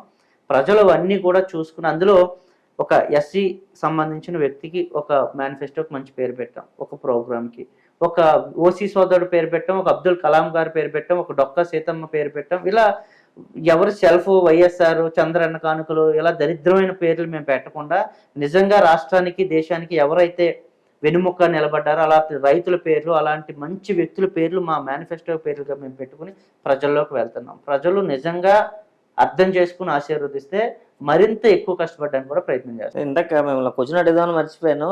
అదే పెళ్లి కార్డులో ఏదో ప్రచారాలు చేస్తున్నారని చెప్పేసి విన్నాను. ఏంటి అసలు అది? ఒకటి మొన్న పిఠాపురం కాన్స్టిట్యున్సీకి నేను కూడా ఎమ్మెల్యే అభ్యర్థిగా పోటీ చేస్తున్నాను కాబట్టి అక్కడ ఒక అబ్బాయి, ఇప్పుడు మరలా పేరు చెప్పి అబ్బాయిని ఇబ్బంది పెట్టాలని కాదు, కానీ ఒక అబ్బాయి ఏం చేశాడంటే పవన్ కళ్యాణ్ ఆయన పెళ్లి కార్డులో పవన్ కళ్యాణ్ ఫోటో కూడా వేసి ఒక పక్కన 2 సైడ్లు ఉంటే ఒక సైడ్ పవన్ కళ్యాణ్కి ఓటు వేయండి, గాజు గ్లాసుని గెలిపించండి అని ఒక పబ్లిసిటీ చేశాడు.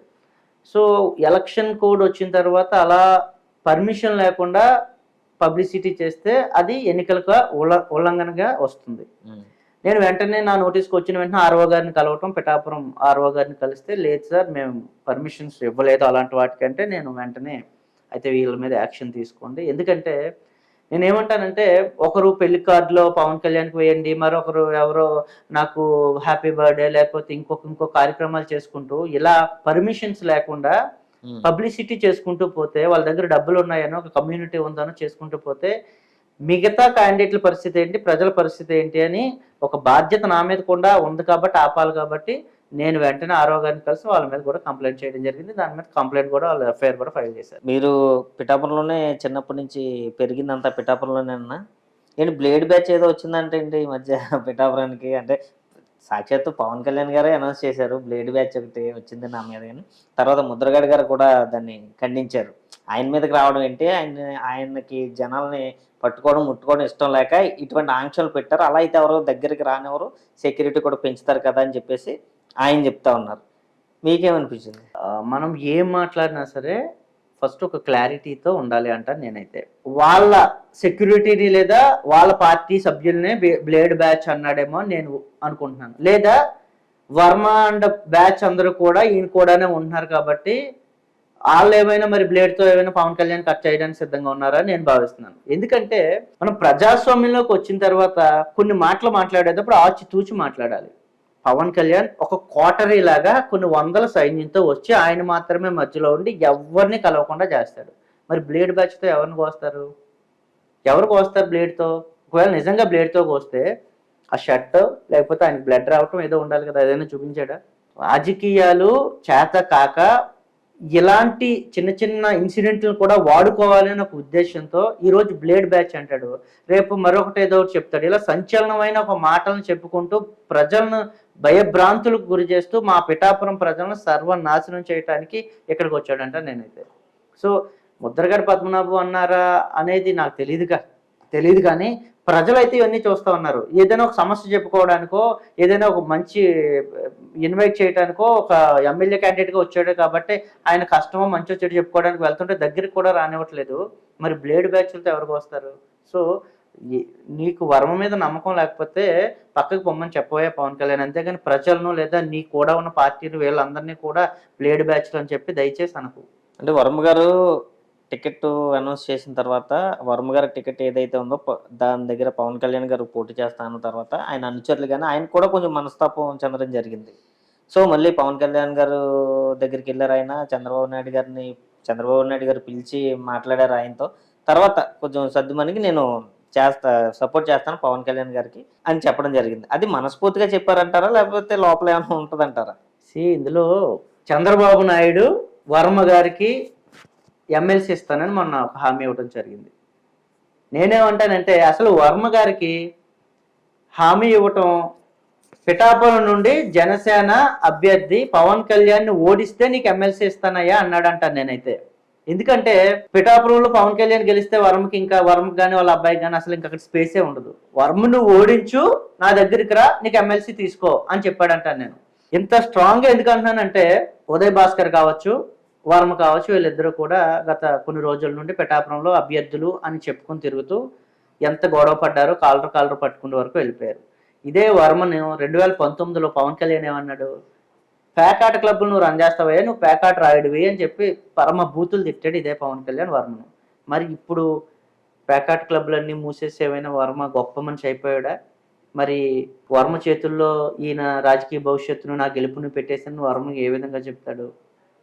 లేదా వర్మ గారు సారీ, నేను అప్పుడు అన్న మాటలన్నీ తప్పండి, నేను సారీ చెప్తున్నాను మీకు, మీరు చాలా మంచోళ్ళు, అందుకని నా గెలుపుని మీ చేతుల్లో పెడుతున్నాను, దయచేసి మీరు నాకు 1,00,000 మెజారిటీ ఇవ్వండి అని అయినా చెప్తున్నాడా? రాజకీయ స్వలాభం కోసం చంద్రబాబు నాయుడు వర్మని దించి పవన్ కళ్యాణ్ని ఓడించి ఎమ్మెల్సీ తీసుకుంటాడు, మీరు చూస్తూ ఉండండి. అంటే వర్మ గారే ఓడిస్తారా పవన్ కళ్యాణ్? ప్రజలు ఓడించక్కర్లేదు, వర్మ అంటే టీం ఎవరైతే ఉన్నారో వీళ్ళందరూ పవన్ కళ్యాణ్ ఓడిస్తారు. లేకపోతే రేపు పొద్దున పవన్ కళ్యాణ్ వచ్చాడండి, వర్మ టీము పవన్ కళ్యాణ్ టీం అని ఉంటుంది. మీరు చూడండి, ప్రచారానికి నేను కూడా వెళ్తున్నాను కాబట్టి ప్రచారంలో వర్మ వస్తే జనసేన టీం రావట్లేదు, జనసేన టీం వస్తే టీడీపీ టీం వెళ్ళట్లేదు. సో వీళ్ళిద్దరికీ అక్కడే సెట్ కాకపోతే రేపొద్దున ప్రజలకు నెగ్గిన తర్వాత ఏ విధంగా సమాధానం చెప్తారు? ప్రజలు ఇవన్నీ కూడా అబ్జర్వ్ చేస్తున్నారు కాబట్టే వర్మ కూడా ఇండైరెక్ట్ గా పవన్ కళ్యాణ్ని ఓడించడానికే తిరుగుతూ ఉన్నాడు. లేదా పవన్ కళ్యాణ్ కోసం వర్మ నిజంగా ఎమ్మెల్యే క్యాండిడేట్ గా కొన్ని వందల వేల సైన్యంతో తిరిగే ఇదే వర్మ ఎంతమంది తిరుగుతున్నాడో ఒకసారి మీరు కూడా నోటీస్ చేయండి. సో ఇష్టం లేకుండా అయిష్టంగా యాక్ట్ చేస్తూ నేనున్నాను అని చెప్పి కబుర్లు చెబుతూ వీళ్ళిద్దరూ కూడా ప్రజలను మోసం చేస్తూ ఉన్నారు. సార్, పిఠాపురంలో పవన్ కళ్యాణ్ గారు ఎదుర్కొనే ప్రధానమైన విమర్శల్లో ఫస్ట్ ఏంటంటే ఆయన స్థానికుడు కాదు. సో దాన్ని నిరూపించుకోవడానికి ఆయన రీసెంట్గా గృహప్రవేశం కూడా చేశారు. ఇక్కడ నుంచి రాజకీయాలు చేస్తానని చెప్తా ఉన్నారు. సో పవన్ కళ్యాణ్ గారు కూడా మీ పిఠాపురం వాసి అయిపోయారని అనుకుంటున్నారా మీరు? నేనేమంటానంటే పవన్ కళ్యాణ్ ఎప్పటికీ కూడా స్థానికుడు కాలేడు. అసలు ఫస్ట్ కామన్ సెన్స్ లేనిది ఏంటంటే పవన్ కళ్యాణ్కి ఎవరో ఇంటికి ఈ నెల గృహప్రవేశం చేస్తాడు. ఆల్రెడీ అది నాగేశ్వరరావు గారు అనే ఒక చేబ్రోలకు చెందిన ఒక వ్యక్తి ఇల్లు. అది ఆల్రెడీ ఆయన గృహప్రవేశం చేసి దాన్ని పక్కన పెట్టుకుని ఇంటిని ఈయన వెళ్ళి దాన్ని గృహప్రవేశం చేయడం ఏంటి? Non sense. కాకపోతే నేనేమంటానంటే పవన్ కళ్యాణ్కి క్లారిటీ లేదు అని ఇందాక చెప్పినట్టు ఇది కూడా ఒక ఎగ్జాంపుల్. దాన్ని రీమోడల్ చేసి ఈ నెల రోజులు పార్టీ కార్యాలయంగా దాన్ని వాడుకోవడం కోసం ఆ రాజకీయ స్కెచ్లో ఒక భాగమే అంటాను గృహప్రవేశం కూడా. ఇదే విధంగా పవన్ కళ్యాణ్ నా పిఠాపురంలో నేను అపోలో హాస్పిటల్ కట్టిస్తాను, మా చరణ్తో మాట్లాడతా, ఉపాసనతో మాట్లాడతాను అంటారు. కట్టిద్దుగానయ్యా మంచిదే, కానీ నీకు జ్వరం వచ్చినప్పుడు నువ్వు ఎక్కడికి వెళ్ళావు? పిఠాపురానికి అతి దగ్గరలో ఉన్న కాకినాడ హాస్పిటల్, అపోలో హాస్పిటల్కి అయినా వచ్చావా? హెలికాప్టర్ వేసుకుని హైదరాబాద్ పోయావా? ప్రజలు చూస్తారుగా ఇవి. నువ్వు చెప్పే మాటలకి నువ్వు చేసే పనులకు సంబంధం లేదు అని చెప్పేది ప్రజలు చూస్తారుగా.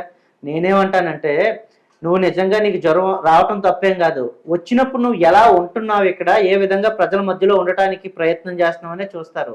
పక్కన 10 నిమిషాల్లో ఉన్న కాకినాడ వచ్చి హాస్పిటల్ చూపించుకుని వెళ్ళలే నువ్వు, హెలికాప్టర్ ఎక్కి హైదరాబాద్ పోయి ప్రశాంతంగా అక్కడ ఎంజాయ్ చేసి మళ్ళీ వచ్చే నువ్వు పిఠాపురం ప్రజలకు ఏదో న్యాయం చేస్తావంటే నమ్మటానికి సిద్ధంగా లేరు.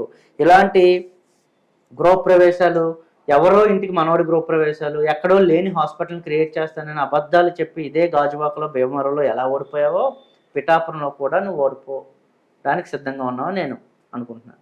సో పిఠాపురానికి వచ్చి ప్రతి నాయకుడు ఇచ్చే వాగ్దానాలు ఏంటంటే అక్కడ కాపు ఓటర్లు ఎవరైతే ఉన్నారో వాళ్ళకి ఏదో చెప్తారు, మళ్ళీ నెక్స్ట్ చెప్పేది ఏంటంటే రైతుల కోసం.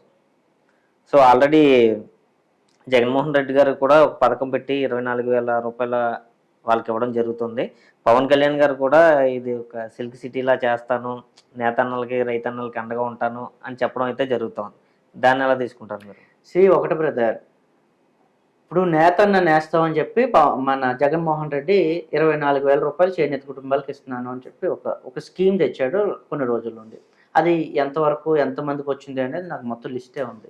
నేనేమంటానంటే ఇప్పటికే పద్మశాలీలు చేనేత కార్మికులందరూ కూడా దీన స్థితిలో ఉంటే వాళ్ళకి రావాల్సిన చాలా స్కీమ్స్ అన్ని కూడా నువ్వు రద్దు చేసి ఒక నేతన్న నేస్తాం అనే ఒక స్కీమ్ తీసుకొచ్చి అందరికీ కూడా నువ్వు ఏదో న్యాయం చేసినట్టుగా మాట్లాడితే ఎలా జగన్మోహన్ రెడ్డి నువ్వు కూడా. నేనేమంటానంటే ఇప్పుడు నా దగ్గరే ఒక లిస్ట్ ఉంది. సో వైఎస్ఆర్సీపీ ప్రభుత్వం వచ్చిన తర్వాత చేనేత కార్మికులకు రద్దు చేసిన 7 స్కీమ్స్ లిస్ట్ ఇది. చేనేత సహకార సంఘాల్లో తయారైన బట్టల అమ్మకాలపై 20% రిబేట్ని ఆ పథకం ఉండేద్దని రద్దు చేశాడు. సంఘ సభ్యులు ఎవరైతే ఉన్నారో వాళ్ళందరూ కూడా బట్టలు నూలుపై సబ్సిడీ ఇచ్చేవారు ఒకప్పుడు, దాన్ని రద్దు చేశాడు. సంఘ సభ్యులు నేత మజూరి ఏదైతే ఉందో వాళ్ళకి ఇస్తున్న థ్రిఫ్ట్ ఫండ్ స్కీమ్ ఉంటుంది, ఆ స్కీమ్ని రద్దు చేశాడు. డిసిసి బ్యాంకులో ఎవరైతే సంఘ సభ్యులు ఉన్నారో వాళ్ళందరికీ కూడా పావలా వడ్డీకి రుణాలు ఇచ్చేది, దాన్ని కూడా రద్దు చేశాడు. సంఘానికి ప్రతి సంవత్సరం మంజూరు చేస్తున్న మార్కెటింగ్ ఇన్సెంటివ్స్ ఇచ్చేవాడు, దాన్ని రద్దు చేశాడు. ఐసిఐసిఐ లోంబార్డ్లో హెల్త్ ఇన్సూరెన్స్ ఉంటాయి, ఎవరైతే ఈ చేనేత కార్మికులు ఉన్నారో వాళ్ళ ఏదైనా హెల్త్ ఇబ్బంది వస్తే ఐసిఐసిఐ వాడు ఒక లోంబార్డ్గా ఒక ఇన్సూరెన్స్ స్కీమ్ ఉండేది, దాన్ని రద్దు చేశాడు. చేనేత కార్మిక పిల్లలకి ఇది మరీ ముఖ్యంగా 8వ తరగతి నుండి ఇంటర్మీడియట్ చదువుకునే పిల్లలందరికీ కూడా స్కాలర్షిప్లు ఉండేవి ఒకప్పుడు, స్కాలర్ కూడా తీసేసి ఇన్ని 7-8 రకాల స్కీమ్స్ నువ్వు రద్దు చేసి 24,000 రూపాయలు వచ్చి ఒక చేనేత వాళ్ళందరికీ నేతన నేస్తాం అని ఇస్తే ప్రజలకు తెలియదు అనుకుంటున్నావా? మాలాంటి వాళ్ళు వివరించరు అనుకుంటున్నావా? ఇదే లిస్టుతో రేపు పొద్దుట పిఠాపురంలో సుమారు 20,000 మంది చేనేత కార్మికులు పద్మశాలీలు ఉన్నారు. వీళ్ళందరినీ వెళ్ళి కలుస్తా, ఇప్పటికే కలిశాను. ఇలా నాశనం చేసేసాడు జగన్మోహన్ రెడ్డి. ఏ మొహం పెట్టుకుని ఈ పార్టీ తరఫున వంగా గీత గారు వస్తారు మనకి? ఏ పార్టీ ఏ జగన్మోహన్ రెడ్డి ఎలా వస్తాడు, లేకపోతే వంగా గీత ఎలా వస్తుంది, పవన్ కళ్యాణ్ ఎలా వస్తాడు, చంద్రబాబు ఎలా వస్తాడు, మీరు వచ్చి ఓట్లు అడగండి అని చెప్పి అడగటానికి వీళ్ళందరికీ కూడా వాయిస్ ఉండదు. చేనేత అంటే పద్మశాలీలు అంటే బీసీలు అంటే బడుగు బలహీన వర్గాల ప్రజలు అంటే వీళ్ళు చాలా సైలెంట్గా ఉంటారు అనుకుంటే వాళ్ళందరి తరఫున నా వంతు పోరాడడానికి నేను ముందుకు వచ్చాను. వీళ్ళు చేసిన అన్ని అక్రమాలను కూడా ప్రజాక్షేత్రంలో నేను పెట్టడానికి సిద్ధంగా ఉన్నాను. ప్రజలు ఎవరిని ఆశీర్వదిస్తారో త్వరలోనే తెలుస్తుంది. ఆ రాజకీయ పార్టీ ఈ రాజకీయ పార్టీ అనేది కాసేపు పక్కన పెడితే, రాజకీయాల్లో డబ్బులు పంచని డబ్బులు లేని రాజకీయాలు నిజమేనంటారు అసలు? అంటే ఈ క్వశ్చన్ ఎందుకు అడుగుతున్నానంటే, జనసేనలో ఏ టికెట్కి మేము డబ్బులు తీసుకోలేదు, రేపు పొద్దున అభ్యర్థులు కూడా డబ్బులు పంచొద్దు, లాస్ట్ టైం కూడా వాళ్ళు ఏం డబ్బులు పంచలా, ఈసారి కూడా అలా డబ్బులు లేని రాజకీయం చేస్తామని చెప్పేసి అని అంటున్నారు. అంటే అది అవుద్దా అసలు రాజకీయాలు? ఒకటి బ్రదర్, నేనేమంటానంటే పవన్ కళ్యాణ్ లాంటి ఒక చరిష్మా ఉన్న నాయకుడు ఏ మాట మాట్లాడినా ఆచితూచి మాట్లాడాలంటాను. మరి మీ పార్టీలో టికెట్లు ఇచ్చినందుకు డబ్బులు తీసుకోలేదు అని నువ్వు చెప్తున్నావు కదా, అంటే డబ్బులు లేని రాజకీయ నాయకులు రావాలి సొసైటీలోకి నమ్ముతున్నావు కదా, మరి ప్రజలను ఎందుకయ్యా నువ్వు డబ్బులు తీసుకోండి అంటావు? బుద్ధి లేదా నీకు అసలు? నేనేమంటానంటే ఓటుకు నోటు తీసుకోండి అని ఇదే పవన్ కళ్యాణ్ చెప్తా ఉన్నాడు. నువ్వు ఎవరు వచ్చినా సరే డబ్బులు తీసుకో, ఓటు మాత్రం నాకు వెయ్యి అంటున్నాడు. అది ఇండైరెక్ట్గా చాలా దారుణమైన మాట అది. ఇందులో ఒక ఎగ్జాంపుల్ చెప్తానండి. ఇప్పుడు మీరు ఉన్నారు, మీరు రేపు పొద్దున్న డబ్బులు పంచడానికే ఓటర్గా నా దగ్గరికి వచ్చారు అనుకుందాం కొద్దిసేపు. అనుకుంటే మీరు నాకు డబ్బులు ఇచ్చారు 2,000 3,000 ఓటు వేయడానికి. నేను రేపు పొద్దుట అదే ఊర్లో సమస్య ఏదైనా వస్తుంది, సమస్య వచ్చినప్పుడు నేను మీ దగ్గరికి వచ్చి ఏ విధంగా అడగగలను? మీరేమంటారు? డబ్బులు ఇచ్చాను కదరా, మళ్ళీ సమస్యలు అవన్నీ చెప్పక బయటకు పోరా అంటారు. నేను ప్రశ్నించే హక్కును కోల్పోతాను. అప్పుడు ప్రశ్నించే హక్కును కోల్పోతావయ్యా నువ్వు, డబ్బులు తీసుకోకు అని చెప్పాల్సిన ఇదే పవన్ కళ్యాణ్ బుద్ధి లేకుండా ఓటర్లందరినీ కూడా డబ్బులు తీసుకో అని ఇండైరెక్ట్గా రెచ్చగొడతా ఉన్నాడు. సో నేను రేపు పొద్దున యాక్చువల్గా నేను డ్రాఫ్ట్ కూడా తయారు చేశాను, ఎలక్షన్ కమిషన్కి దీని మీద కంప్లైంట్ చేయడానికి కూడా నేను సిద్ధంగా ఉన్నాను. నీ పార్టీ ఎంత నీతిగా ఉండాలనుకుంటావో ప్రజలు కూడా అదే నీతివంతంగా ఉండాలి. ఎవరి దగ్గర దేహి అని చెయ్యి చాపకండి. మీరు ఓటుకి నోటు వద్దు, ఒక ఓటుని చాలా గర్వంగా ధైర్యంగా వాడుకోండి అని చెప్పాల్సిన ఇదే పవన్ కళ్యాణ్ బుద్ధి లేకుండా నీ పార్టీ కోసం ఎంత మంచిగా ఆలోచించుకున్నావు, ప్రజల దాన్ని కూడా అదే విధంగా ఆలోచించాలిగా. నీకు కామన్ సెన్స్ లేకుండా ఈ విధంగా మాట్లాడుతుంటే ప్రజలు చూస్తారు బ్రదర్. సో పవన్ కళ్యాణే కావచ్చు, ఎవరైనా సరే ప్రజాక్షేత్రంలోకి వచ్చినప్పుడు ఆచితూచి మాట్లాడాలి. మేమున్నాం, మీరు డబ్బులు ఎక్కడా రూపాయి తీసుకోకండి, మీరు ప్రశ్నించే హక్కును కోల్పోకండి, మేము మీ వెనకాల ఉన్నాం, మేము ముందు ఉన్నాం, మీ పరిస్థితులకు అన్ని ఏ బాధ వచ్చినా మేము సిద్ధంగా ఉన్నట్టు మేము ప్రజల్లోకి వెళ్తా ఉన్నాం. ప్రజలు ఇవన్నీ కూడా గమనిస్తారు. ప్రజలు అంటే పిఠాపురం నియోజకవర్గంలో 2,50,000 మంది ఓటర్లు ఉన్నారు. ఎవరో ఎక్కడో హడావుడిగా మైక్ పెట్టి ఇంకొకరు ఏదో చేసి ఒక 10 మంది చేసిన మాటలు మాత్రమే ప్రజలు అయితే చూడరు కదా. ఏ విధంగా నెగ్గుకు రాగలడో, ఇదే అసెంబ్లీ గేటుకు ఎలా వెళ్ళగలడో, అసలు గేటును కూడా తాకనిస్తామో లేదో మీరు కూడా చూస్తూ ఉండండి. ఆంధ్ర రాజకీయాలు ఒకసారి చూసుకున్నట్లయితే లోక్సత్తా జయప్రకాష్ నారాయణ గారు ఉన్నారు కదా, ఆయనది ఒక ప్రత్యేకమైన అధ్యాయం అని చెప్పాలి. సో ఆయన ఈ రాజకీయాలకు అతీతంగా ఒక స్పెషల్ పర్సన్ లా కనబడతారు ఆయన. కానీ ఆయన ఈ మధ్యకాలంలో జగన్మోహన్ రెడ్డి ప్రభుత్వం చాలా బాగుంది, వైఎస్ఆర్ కాంగ్రెస్ చాలా బాగా పరిపాలించింది అని చెప్పేసి అన్నారని కొన్ని వార్తలు వచ్చాయి. తాజాగా ఇప్పుడు ఆయన ఎన్డీఏ కూటమికి సపోర్ట్ చేస్తున్నారని చెప్పేసి వార్తలు వస్తున్నాయి. సో ఆయన వ్యక్తిపరంగా ఎలాంటి వ్యక్తి, ఈ సపోర్ట్ చేసే విషయం నిజమేనా, మీ వరకు వచ్చిందా, అసలు ఏంటి మ్యాటర్ ఏంటి? జేపీ గారు, జయప్రకాష్ నారాయణ, లోక్సత్తా ఫౌండర్ ప్రెసిడెంట్ ఆయన, వీళ్ళందరూ కూడా చాలా ఉన్నతమైన విలువలు కలిగిన వ్యక్తులుగా ఇన్ని రోజులు కూడా ఉన్నారని నేను అనుకున్నాను. కానీ ఎన్డీఏ వచ్చిన తర్వాత ఇన్ని మిస్టేక్స్ చేస్తే ఈయన కూడా ఎందుకు మాట్లాడకుండా మౌనంగా ఉండి ఈరోజు ఎన్డీఏకి సపోర్ట్ చేస్తున్నాడో నాకు కూడా అర్థం కాని పరిస్థితుల్లో ఉన్నాను. ఈ సందర్భంగా నేను ఒక కథ చెప్తాను బ్రదర్. సత్యవంతుడు అని చెప్పి ఒక యోగి ఉన్నారట. ఆయన అసలు ప్రజలు ఎవ్వరికీ కూడా అబద్ధాలే చెప్పరట. ఆయన ఒక ప్రశాంతంగా ఒక చోట ధ్యానం చేస్తూ ఉంటే ఒక వేటగాడు ఒక జింకను వేటాడడానికి వచ్చాడంట. ఆ జింక ఏం చేసింది అంటే భయపడుతూ ఆ సత్యవంతుడు వెనకాల వచ్చి దాక్కుంది ఆ జింక. వెంటనే వేటగాడు వచ్చి, సత్యవంతుడా, జింక నీకు ఏమైనా కనిపించిందా అన్నాడట. ఇప్పుడు ఆయన పరిస్థితి ఏంటి? సత్యవంతుడి పరిస్థితి అబద్ధాలే చెప్పడు. జింక దాక్కుందని అబద్ధం చెప్పాలా, లేకపోతే జింకను కాపాడడానికి అబద్ధం చెప్పాలా అర్థం కాని పరిస్థితి. సత్యవంతుడు ఏమన్నాడంటే, నా కళ్ళు చూడగలవు కానీ మాట్లాడలేవు, నా నోరు మాట్లాడుతుంది కానీ చూడలేను అని చెప్పాడట.